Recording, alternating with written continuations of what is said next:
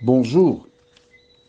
Nous continuons de découvrir certaines références, il y a beaucoup d'autres, mais certaines qui démontrent que Jésus, Dieu, le Saint-Esprit, visite la terre quand ils veulent, contrairement aux enseignements que certaines personnes donnent. Nous lirons dans Genèse 18, versets 1 à 8. Mais juste avant, prions. Notre Seigneur et notre Dieu, nous sommes heureux de venir vers toi afin de répandre notre âme, te remercier pour la vie et tout ce que tu fais dans nos vies ainsi que dans celles de nos proches.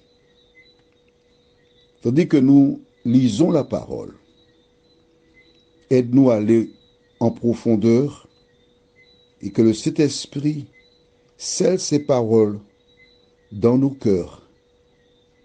Au nom de Jésus et pour ta gloire éternelle. Amen. Genèse 18, versets 1 à 8. L'Éternel lui apparut parmi les chênes de Mamré, comme il était assis à l'entrée de sa tente pendant la chaleur du jour. Il leva les yeux et regarda, et voici, 3 hommes étaient debout près de lui. Quand il les vit, il courut au-devant d'eux, depuis l'entrée de sa tente, et se prosterna à terre. Et il dit, Seigneur, si j'ai trouvé grâce à tes yeux, ne passe point, je te prie, loin de ton serviteur. Permettez qu'on apporte un peu d'eau pour vous laver les pieds, et reposez-vous sous cet arbre. J'irai prendre un morceau de pain pour fortifier votre cœur, après quoi vous continuerez votre route, car c'est pour cela que vous passez près de votre serviteur. Ils répondirent, fais comme tu l'as dit. Abraham alla promptement dans sa tente vers Sarah et il dit, vite, 3 mesures de fleurs de farine pétrie et fais des gâteaux. Et Abraham courut à son troupeau, prit un veau tendre et bon et le donna à un serviteur qui se hâta de l'apprêter. Il prit encore de la crème et du lait avec le veau qu'on avait apprêté, et il les mit devant eux. Il se tint lui-même à leur côté, sous l'arbre, et ils mangèrent.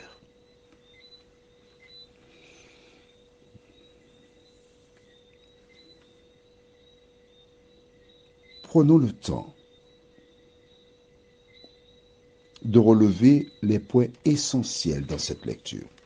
D'abord, l'Éternel lui apparut, verset 1, parmi les chênes de Mamré, comme il était assis à l'entrée de sa tente pendant la chaleur du jour. C'est l'Éternel qui est apparu. On est bien d'accord? Ce qui est écrit là. On ne chipote pas. Il leva les yeux, verset 2, et regarda, et voici 3 hommes étaient quoi? Debout près de lui. C'est bon? C'est clair pour toi? Les 3 hommes étaient-ils suspendus? Non, ils étaient debout. Debout sur quoi? Sur la terre. Mais oui, forcément. Et c'est l'Éternel qui vint vers Abraham. L'Éternel, pour celles et ceux qui l'ignorent, c'est l'un des noms de Dieu. Donc Dieu vint sur la terre, près d'Abraham. Maintenant, nous continuerons ce récit demain, mais je voudrais que tu notes. Abraham était l'ami de Dieu. Mais qui est Abraham? C'est quelqu'un qui avait le sens de l'hospitalité. quelqu'un qui aimait les gens. Et vois-tu, c'est seulement lorsque tu lis la Bible que tu apprends à aimer les gens. Car en lisant la Bible régulièrement, chaque année, tu vois le comportement des enfants de Dieu et ce comportement est inscrit dans ton cerveau, dans ton subconscient et il te permet de faire quoi? De le reproduire. 3 hommes, il court vers ces hommes, il les appelle, il les interpelle, il leur dit, c'est pour passer chez moi que vous êtes là. Vous ne pouvez pas aller plus loin sans vous arrêter chez moi. Et il prépare un véritable festin pour ces personnes étrangères. Quand j'étais gamin, j'ai eu l'occasion de passer dans certains endroits.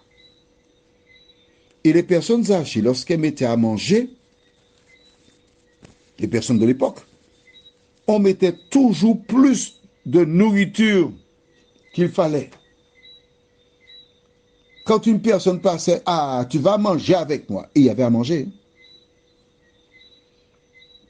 Et lorsque personne n'était passé, il mettait le surplus qu'il mangeait le lendemain ou le soir. Et ceux qui avaient un petit cochon derrière la maison, ils donnaient au cochon. Mais il y avait toujours plus de nourriture pour les personnes qui passeraient. Mais regardons comment Abraham a-t-il fonctionné pour nourrir ces 3 étrangers qui sont passés près de son domicile. On rappelle que la Bible déclare que c'est l'Éternel qui était là. Notre sujet phare, c'est cela, hein? Démontrer que l'Éternel est venu sur terre et qu'il visite la terre quand il veut. Regardons bien le verset 6. Abraham alla comment? Promptement. Ça veut dire vite, il n'a pas perdu de temps. Il alla vers Sarah et il dit, vite, encore vite. 3 mesures de fleurs de farine pétrie et fais des gâteaux. On ne nous pas perd de temps. Ne perdons pas de temps en français, d'accord? Verset 7. Et Abraham courut à son troupeau. Abraham, c'est un homme qui avait déjà 90 ans passés, près de 100 ans. C'est lui qui court. J'aimerais que tu visualises ça. Le vieillard qui court. Il va chercher parmi ses bêtes la meilleure.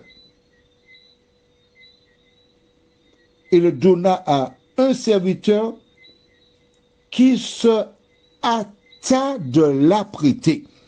Chez Abraham, il n'y a pas de temps à perdre. On va vite. On fait ce qu'il y a à faire sans se poser de questions. Pourquoi je mets l'accent sur cela avec toi? Tout simplement pour te montrer que lorsque tu es enfant de Dieu, lorsque l'Éternel t'appelle, tu ne renvoies pas à plus tard. Tu n'as pas le fonctionnement de ces personnes qui entretiennent l'idée de cette chanson populaire qui dit « À la roue libre, les bras croisés ». C'est-à-dire que on ne se stresse pas, on n'est pas pressé, on prend notre temps, on savoure la vie. Non. Mon ami, lorsque tu rencontres Dieu, tu ne dois pas perdre une seconde. Tu dois agir promptement, vite, comme le fit Abraham. Qu'en est-il de toi? Prions. Notre Seigneur et notre Dieu, nous te remercions infiniment pour le bonheur de te connaître, pour la joie de savoir lorsqu'une personne est en contact avec toi, elle ne doit pas perdre de temps, mais doit agir avec promptitude. Merci de continuer de nous éclairer. Que le Saint-Esprit nous montre encore notre devoir, afin que nous puissions en tout temps te louer et te bénir. Que ta paix et ta grâce nous accompagnent. Et qu'à travers nos vies, nous puissions aider les gens à te rencontrer, nous t'en prions. Au nom de Jésus pour ta gloire éternelle. Amen. Je te souhaite une bonne journée et que l'Éternel t'aide à agir avec promptitude quand il s'adresse à toi. Et surtout, n'aie pas peur.